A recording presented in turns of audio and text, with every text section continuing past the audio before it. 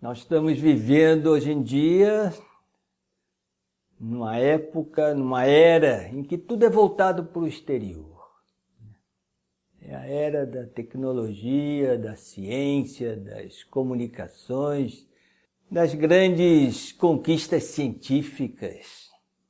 E assim, é uma era muito dinâmica, muito apaixonada, assim, muita gente dando as suas opiniões. Hoje em dia, muitas universidades com inúmeros departamentos de conhecimento, e assim, o pessoal vai se embrenhando dentro da energia material e descobrindo coisas e realmente tem descobertas assim fantásticas, assim, em termos de tecnologia e ciência.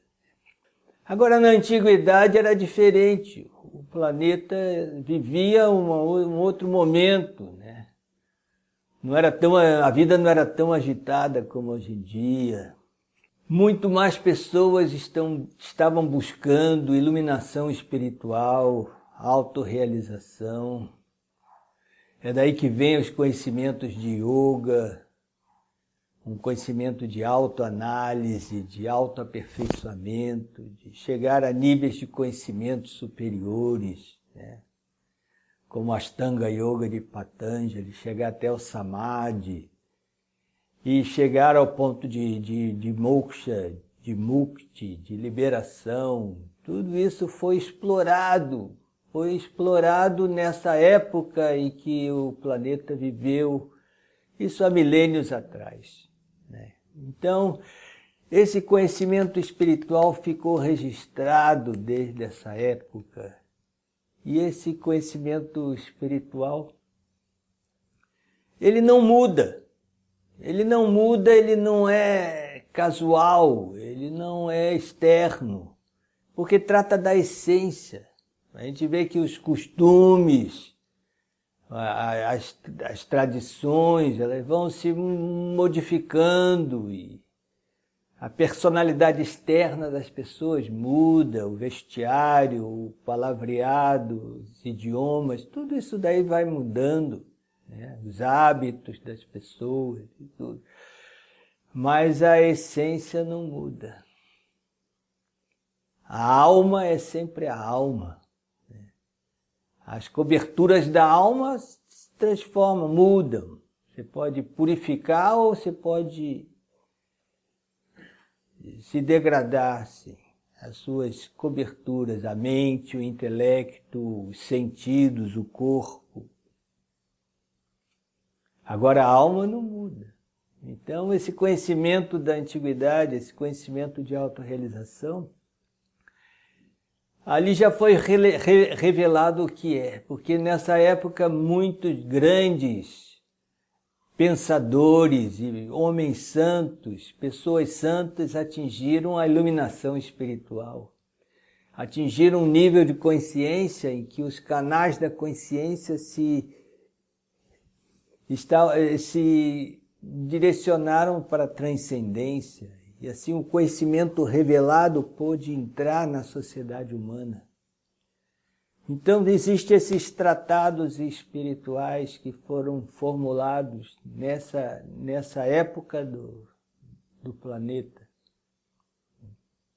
Então esse conhecimento védico, assim, o patrimônio da humanidade. E existe como se diz assim na Constituição, existe a cláusula pétrea. Então existe uma cláusula pétrea que esse conhecimento não pode ser modificado. Porque a tendência do homem, principalmente do homem moderno, é sempre assim introduzir assim uma nova opinião e tudo, e o que as pessoas dão muito valor assim às novas ideias, mesmo que essa nova ideia se vigore só por 15 dias, mas ali naqueles 15 dias foi a sua horinha de fama. Mas isso daí não tem nenhum valor quando se trata de conhecimento espiritual. O conhecimento espiritual tem que ser preservado como ele é.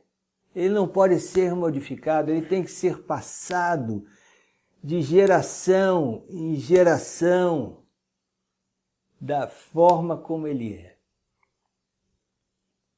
Então esse sistema em que o mestre passa esse conhecimento para o discípulo,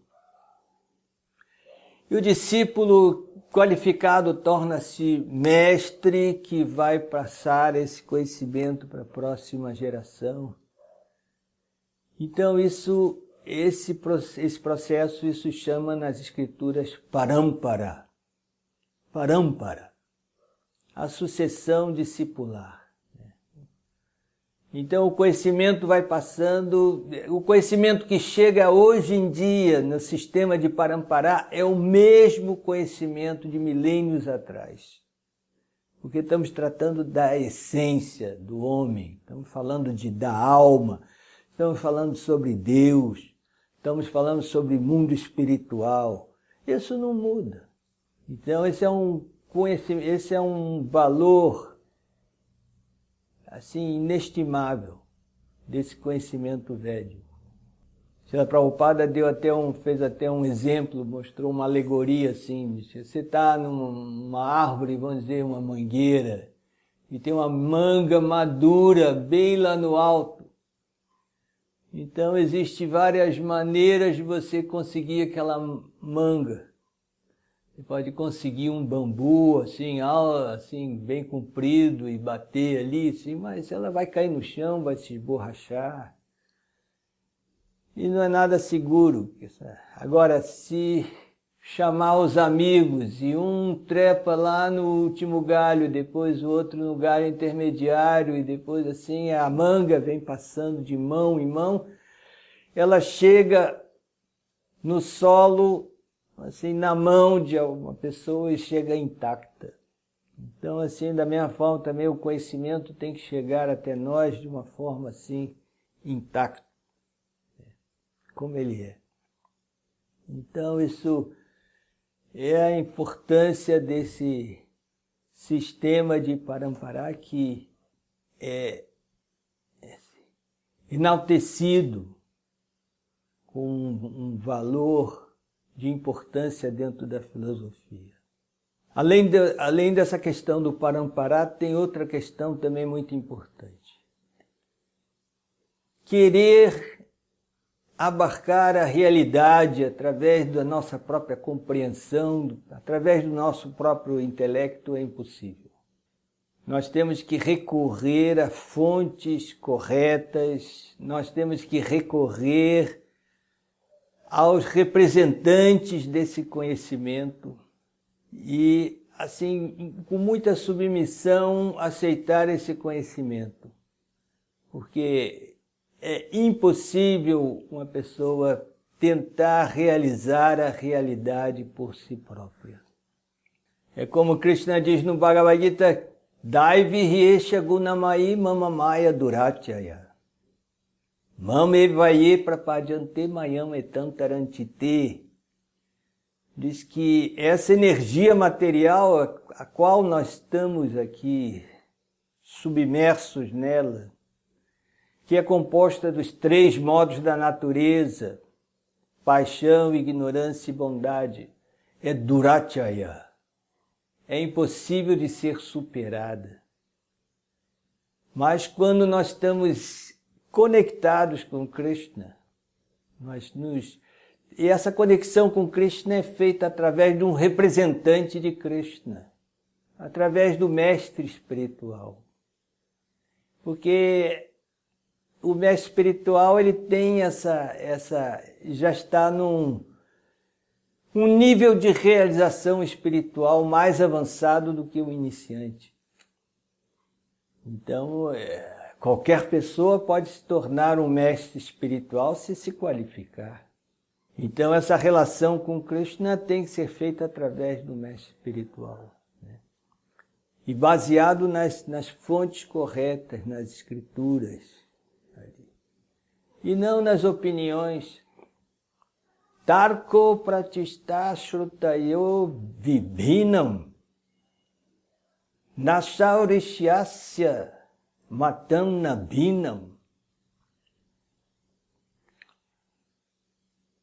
Dharmam Tattvam Nihitam Guhayam Mahajanojena Gatasa Panta. Isso está no Mahabharata. Diz que Tarka Apratistaha. Opinião não tem fundamento. A própria opinião da pessoa não tem fundamento. E o verso ainda diz assim que mesmo os rishis, pessoas com sabedoria, pessoas de grande erudição, cada um deles tem uma opinião. Agora, Dharmam Tattvam Nihitam Guhayam Mahajanojena Gatasa Panta. Diz que o Dharma, o Tattva, a verdade absoluta, o conhecimento espiritual puro, ele está presente no coração dos Mahajanas. Mahajanas ou Mahatmas, as grandes almas, os devotos puros. Então, por isso nós devemos seguir os passos desses Mahajanas. Mahajanojena Gatasa Panta. Esse é o caminho seguro para a realização espiritual.